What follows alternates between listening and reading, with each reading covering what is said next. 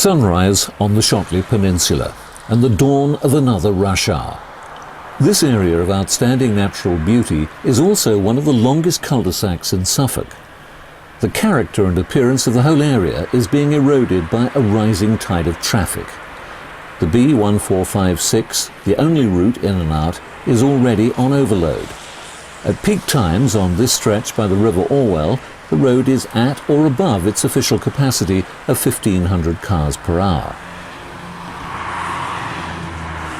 The morning rush down Freston Hill is like Le Mans, a relentless stream of cars pushing the road to its limit.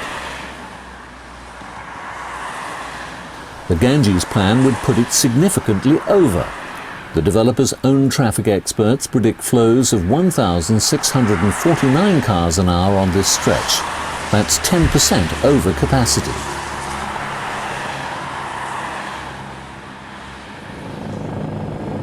Most of the traffic starts here, the remote, isolated community of Shotley. Located at the tip of the peninsula, it's 10 miles from the nearest town, Ipswich. That's why Shotley is officially classified as unsustainable. For its 2,000 residents, this narrow, winding main road is the only link to jobs, shops and services. Access is vital, and in the absence of viable alternatives, the only realistic mode of travel is the private car. Sometimes getting into town can be a bit of a problem. The road has always been prone to seasonal flooding. The Orwell flooded in November and again in December. The most recent high tide led to chaotic scenes as motorists battled their way through the rising waters. Many seem determined to press on regardless. But then this is the only way to town.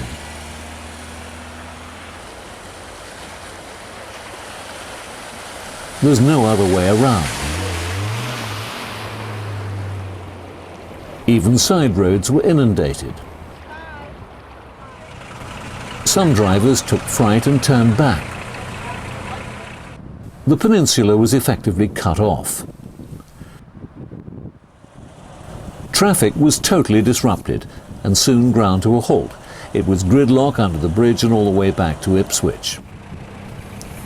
Police eventually came to the rescue, escorting small convoys of cars which chugged slowly towards dry land and safety.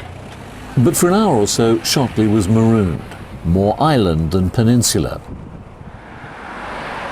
Recent years have seen a big increase in the number of people who live on the peninsula but travel to work elsewhere.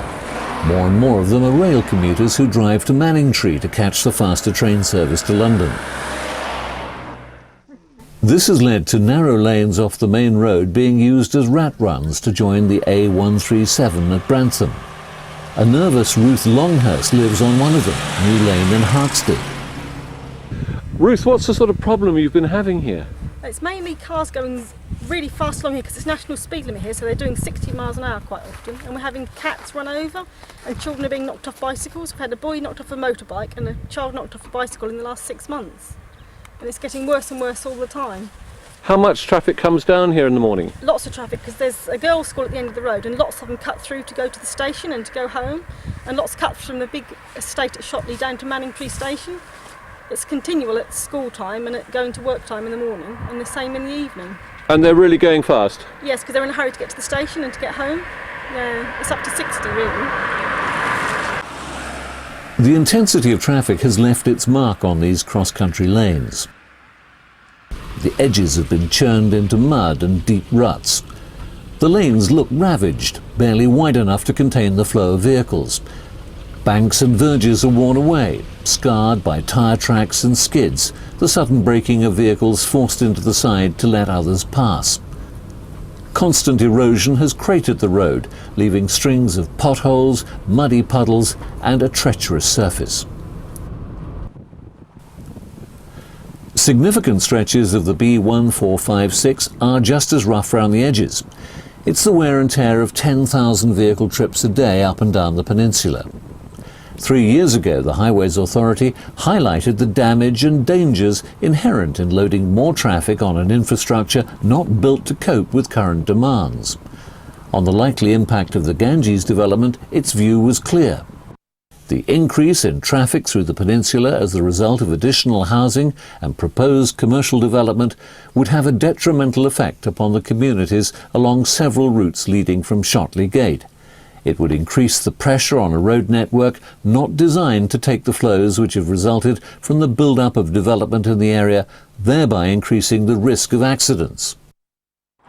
So, is it realistic to expect a road network not designed for the existing number of cars to take so many more? The projected increases are massive, up to 150% on some stretches of the main road, according to the Buchanan report for the Shotley parishes. The 325 new houses proposed for the now derelict site of HMS Ganges won't be the only source of traffic.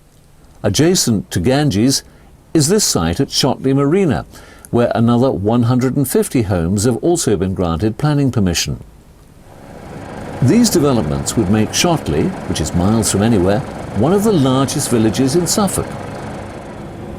The full traffic impact would be felt every bit as much by villages down the road as in Shotley itself. For the conservation village of Woolverstone, it would mean an extra 1,000 cars a day past the front door. At peak times, that's one car every 2.5 seconds. And the so-called rush hour now goes on for about 5 hours a day.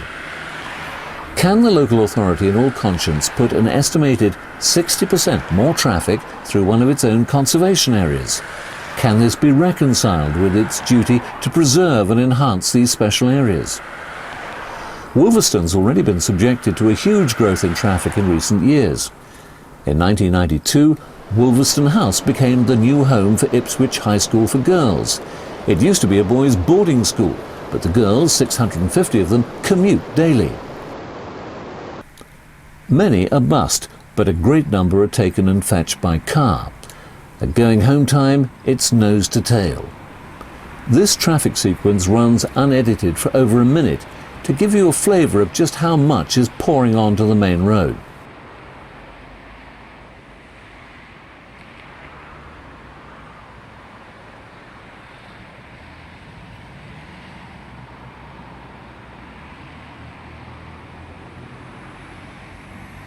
In just over 5 minutes, I count at least a dozen buses and coaches and more than 50 cars turning out of the school to drive through Woolverstone.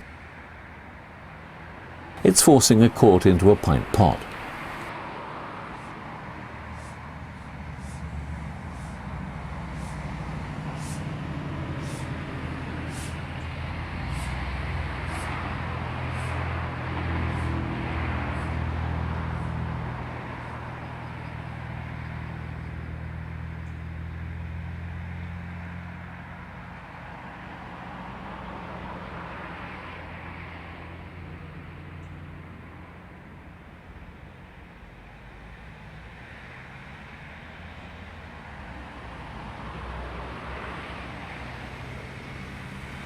Traffic on this scale not only impairs the quality of village life, it also threatens the very fabric of people's homes.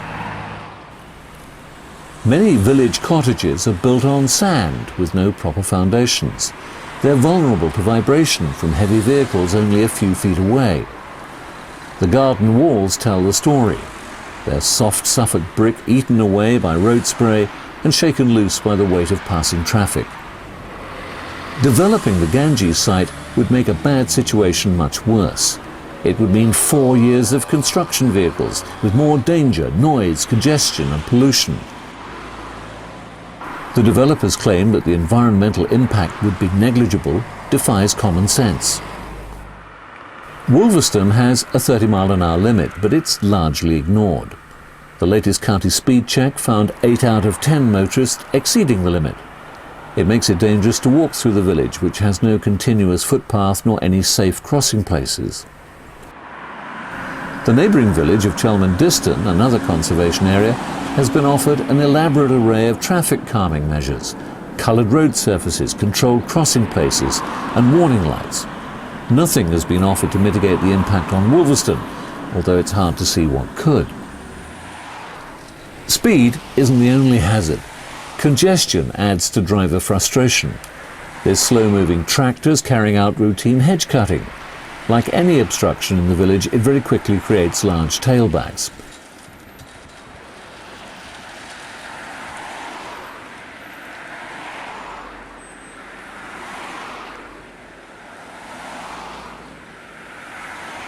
In places, this road narrows to little more than 5 metres.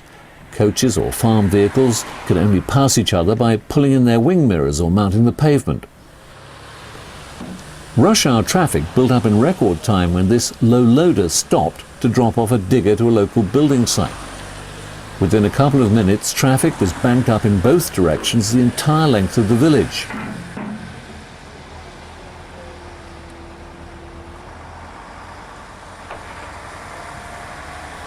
The impact on a small rural community of such heavy traffic for prolonged periods is quite overwhelming. It is oppressive and invasive.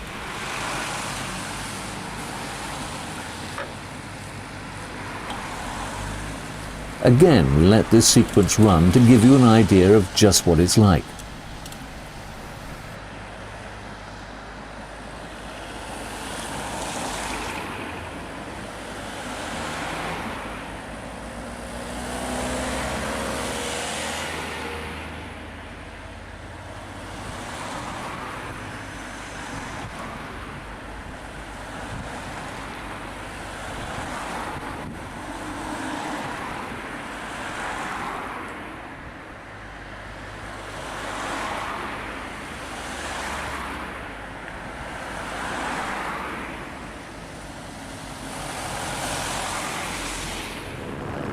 The future of Freston Crossroads, where the B1080 joins the main road, is another major concern.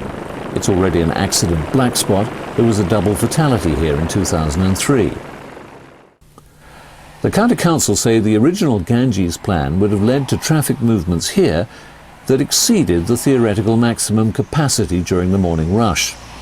It calls the junction a location with a poor accident record, where an increase in traffic and congestion is likely to result in drivers taking greater risks with a corresponding increase in accidents. Well, more traffic is guaranteed this year.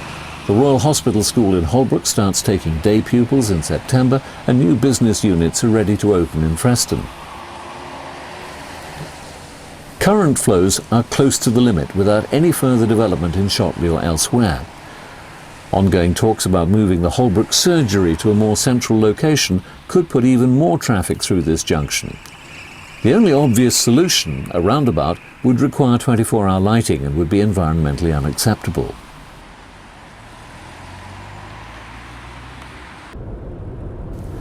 From every approach, this crossroads is potentially lethal.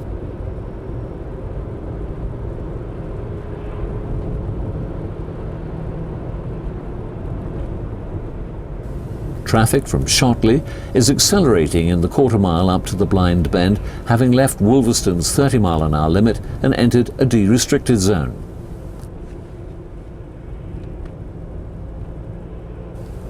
Going the other way, driving north, and then trying to turn right to Holbrook is to take your life in your hands. Oncoming traffic is travelling at 30 to 40 miles an hour, but because of the bend, you can't see vehicles approaching until the last moment, when they're just a few hundred feet away. That only allows a few seconds to make the turn from a standing start. The latest plan for Freston Crossroads incorporates 2 bus stops only 100 yards north of the junction, but there will be no safe crossing place for passengers. It's an accident waiting to happen. The peninsula's main road has claimed 90 casualties in the past 5 years, but ambulance response times here are about the worst in Suffolk. Only 1 in 5 of the most serious calls is met within the target time. All the emergency services have faced the same problem for years. One of the 3 councillors to vote against the Ganges development was a retired police officer. He said the road was overloaded 15 years ago and things have only got worse since. This is Oyster Reach, where the B1456 meets the A137 into Ipswich. It's another junction where congestion is a big problem. We're negotiating the roundabout early in the rush hour. Traffic to the left on the A137 is stacking back towards the A14. The road into Ipswich is already jammed solid, and there's plenty more traffic pouring off the peninsula. The plan is to replace the roundabout with traffic lights. We believe this will only ease traffic into Ipswich by creating longer tailbacks by the Orwell. Our greatest concern is to protect the special nature of our environment. The County Council has warned that the Ganges plan could alter it to an unacceptable degree. We mustn't allow it to happen. Quiet enjoyment of the countryside is a very precious commodity. The Shotley Peninsula is a rare haven for recreation, for those who sail, cycle, walk or birdwatch. We will guard it jealously for future generations.